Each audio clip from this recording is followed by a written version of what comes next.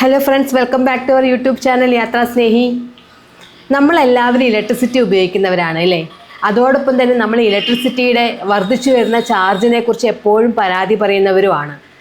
ഓരോ 6 മാസം 1 വർഷം കൂടുമ്പോഴും KSEB ഓരോ സത്യവാങ്മൂലമൊക്കെ നൽകും.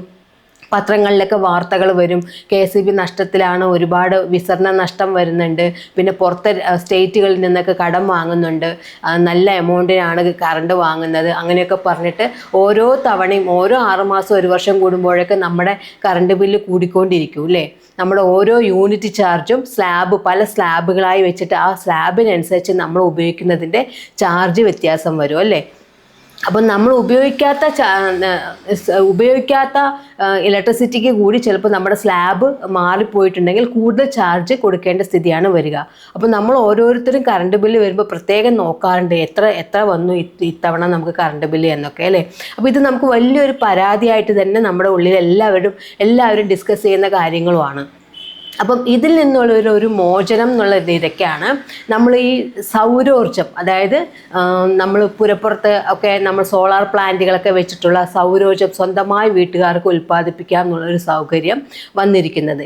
ഈ പുരപ്പുറത്ത് ഈ പ്ലാന്റുകൾ സ്ഥാപിക്കുക എന്നുള്ളത് കേന്ദ്ര സർക്കാരിൻ്റെ ഒരു നയം തന്നെയാണ്. PM സൂര്യഘർ എന്നൊരു പദ്ധതിയാണ് ഇതിനു വേണ്ടി ആവിഷ്കരിച്ചിരിക്കുന്നത്. എല്ലാവരും സ്വന്തമായിട്ട് ഈ സൗര പ്ലാന്റുകൾ വയ്ക്കുകയും അവരവരുടെ വീടിനാവശ്യമായ വൈദ്യുതി ഉൽപ്പാദിപ്പിക്കണം എന്നൊരു ഉദ്ദേശത്തോടു കൂടി കേന്ദ്ര സർക്കാരാണ് ഇങ്ങനെ ഒരു പദ്ധതി ആവിഷ്കരിച്ചിരിക്കുന്നത്.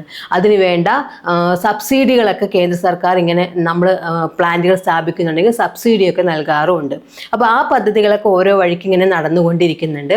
എന്നാൽ ഇതിനാകെ ഒരു ക്രൈറ്റീരിയ ഉള്ളത്, ഈ സൗര പ്ലാന്റുകൾ വയ്ക്കുന്ന വീടുകൾ കോൺക്രീറ്റ് റൂഫിംഗ് ഉള്ളതായിരിക്കണം എന്ന് മാത്രമാണ്. എന്നാൽ ഇത് സ്ഥാപിക്കുന്നതിനുള്ള ഈ സൗര പ്ലാന്റ് സ്ഥാപിക്കുന്നതിനുള്ള ചിലവ് കുറച്ച് കൂടുതലായിരിക്കും. അപ്പം ഈ ചിലവ് വഹിക്കാൻ കഴിയാത്ത ആളുകളാണെങ്കിൽ അവർക്ക് ഈ സൗര പ്ലാന്റ് വയ്ക്കണം എന്ന് ആഗ്രഹവും ഉണ്ടെങ്കിൽ അവർക്ക് എന്ത് ചെയ്യാം, ഇതിന് നമ്മുടെ പുരപ്പുറം വാടകയ്ക്ക് കൊടുക്കുന്ന രീതിയിൽ, അതായത് നമുക്ക് വേണ്ടി സൗര പ്ലാന്റ് ഓരോ കമ്പനികൾ വെച്ച് തരും. അത് അവർക്ക് വേണമെങ്കിൽ ഉപയോഗിക്കാം, അതല്ലെങ്കിൽ ഈ സൗര പ്ലാന്റിൽ നിന്ന് ലഭിക്കുന്ന ഇലക്ട്രിസിറ്റി നമ്മുടെ വീട്ടുകാർക്ക് തന്നെ കുറഞ്ഞ നിരക്കിൽ ഉപയോഗിക്കാം. അങ്ങനെയുള്ള ഒരു പദ്ധതി ഇപ്പോൾ നിലവിലുണ്ട്. അപ്പോൾ അതിൻ്റെ കാര്യങ്ങളാണ് ഇന്ന് ഞാൻ നിങ്ങളുമായി ഷെയർ ചെയ്യാൻ ഉദ്ദേശിക്കുന്നത്. നമുക്ക് ഡീറ്റെയിൽ ആയി ആ വീഡിയോയിലേക്ക് കടക്കാം. സോളാർ പ്ലാന്റ് തുടങ്ങാൻ മൂലധനമില്ലേ? പുരപ്പുറം വാടകയ്ക്ക് നൽകാൻ അവസരം. കമ്പനികളുടെ സഹായത്തോടെ പ്ലാന്റ് സ്ഥാപിക്കാനുള്ള റെസ്കോ മാതൃകയുമായി കേന്ദ്രം. അപ്പോൾ ആ മാതൃകയുടെ പേര് റെസ്കോ എന്നാണ് കേട്ടോ. വീട്ടിൽ സോളാർ പ്ലാന്റ് സ്ഥാപിക്കാൻ പണമില്ലാത്തവർക്ക് പുരപ്പുറം വാടകയ്ക്ക് നൽകാനും അവസരം. പ്ലാന്റിനുള്ള പ്രാരംഭ മൂലധനമില്ലാത്തവർക്ക് പുനരുപയോഗ ഊർജ്ജ സേവന കമ്പനികളുടെ സഹായത്തോടെ പ്ലാന്റ് നിർമ്മിക്കാനുള്ള റെസ്കോ മാതൃക സംബന്ധിച്ച് അന്തിമ മാർഗരേഖ കേന്ദ്രം പുറത്തിറക്കി. PM സൂര്യഭവനം പദ്ധതിയുടെ ഭാഗമായുള്ള സബ്സിഡി റെസ്കോ പ്ലാന്റുകൾക്ക് ലഭിക്കും. അപ്പോൾ നമ്മൾ സാധാരണ പദ്ധതിയാണെങ്കിലും നമ്മൾ സ്വന്തമായിട്ട് പ്ലാന്റ് സ്ഥാപിക്കുകയാണെങ്കിലും അതല്ലെങ്കിൽ നമുക്ക് പ്ലാന്റ് സ്ഥാപിച്ചു തരികയാണെങ്കിലും സബ്സിഡി ലഭിക്കും. ഒരു കുടുംബത്തിന് സ്വന്തം നിലയിൽ പ്ലാന്റ് സ്ഥാപിക്കാൻ കഴിയുന്നില്ലെങ്കിൽ ഒരു ഊർജ്ജ സേവന കമ്പനി അവരുടെ ചെലവിൽ നമ്മുടെ പുരപ്പുറത്ത് അവരുടെ പ്ലാന്റ് സ്ഥാപിക്കുന്നതാണ് റെസ്കോ മോഡൽ. മുതൽ മുടക്ക് ഈ കമ്പനികൾ വഹിക്കും. കുറഞ്ഞത് 5 വർഷത്തേക്കെങ്കിലും വീട്ടുടമയ്ക്ക് പ്ലാന്റിൻ്റെ ഉടമസ്ഥാവകാശം ഉണ്ടായിരിക്കില്ല. അപ്പം അവരല്ലേ പ്ലാന്റ് സ്ഥാപിക്കുന്നത് നമ്മുടെ വീടിൻ്റെ മുകളിൽ, അതുകൊണ്ട് അതിൻ്റെ ഉടമസ്ഥാവകാശം ഈ കമ്പനിക്കായിരിക്കും. ഒന്നുകിൽ ഇതിൽ നിന്ന് ഉൽപ്പാദിപ്പിക്കുന്ന വൈദ്യുതി കുറഞ്ഞ നിരക്കിൽ വീട്ടുടമയ്ക്ക് ഉപയോഗിക്കാം. ഇനി ഉപയോഗിക്കുന്നില്ലെങ്കിൽ പുരപ്പുറത്തിൻ്റെ വാടക കമ്പനിയിൽ നിന്ന് വാങ്ങാം. അപ്പോൾ 2 ഓപ്ഷനാണ് ഈ വീടിൻ്റെ ഓണറിനുള്ളത്. ഒന്നുകിൽ ഇതിൽ നിന്ന് ഉൽപ്പാദിപ്പിക്കുന്ന വൈദ്യുതി ചെറിയൊരു നിരക്ക് കൊടുത്ത ശേഷം നമുക്ക് തന്നെ ഉപയോഗിക്കാം, അതല്ലെങ്കിൽ ഈ വാടക അവരുടെ കയ്യിൽ നിന്ന്, ഈ കമ്പനിക്കാരുടെ കയ്യിൽ നിന്ന് വാടക വാങ്ങിക്കാം. ഈ പ്ലാന്റ് സ്ഥാപിച്ചതിൻ്റെ പേരിൽ വാടക വാങ്ങിച്ചെടുക്കാം. ഉടമ ഉപയോഗിച്ച ശേഷം മിച്ചം വരുന്ന വൈദ്യുതി ഊർജ്ജ സേവന കമ്പനിക്ക്, KSEB പോലെയുള്ളവ വിതരണ കമ്പനികൾക്ക് വിൽക്കാനും കഴിയും. അപ്പോൾ നമ്മൾ സാധാരണഗതിയിൽ നമ്മൾ തന്നെ പൈസ മുടക്കി പ്ലാന്റ് സ്ഥാപിക്കുകയാണെങ്കിലും നമ്മൾ ഉണ്ടാക്കിയ വൈദ്യുതിയിൽ നിന്ന് മിച്ചം വരികയാണെങ്കിൽ KSEBക്ക് വിൽക്കാൻ സാധിക്കും. അതുപോലെ തന്നെയാണ് ഇതും വിൽക്കാൻ സാധിക്കും. കരാർ കാലാവധി തീരുമ്പോൾ പ്ലാന്റിൻ്റെ ഉടമസ്ഥാവകാശം വീട്ടുടമയ്ക്ക് കൈമാറും. ഏറ്റവും ചുരുങ്ങിയത് 5 വർഷം കമ്പനി കൈവശം വയ്ക്കും.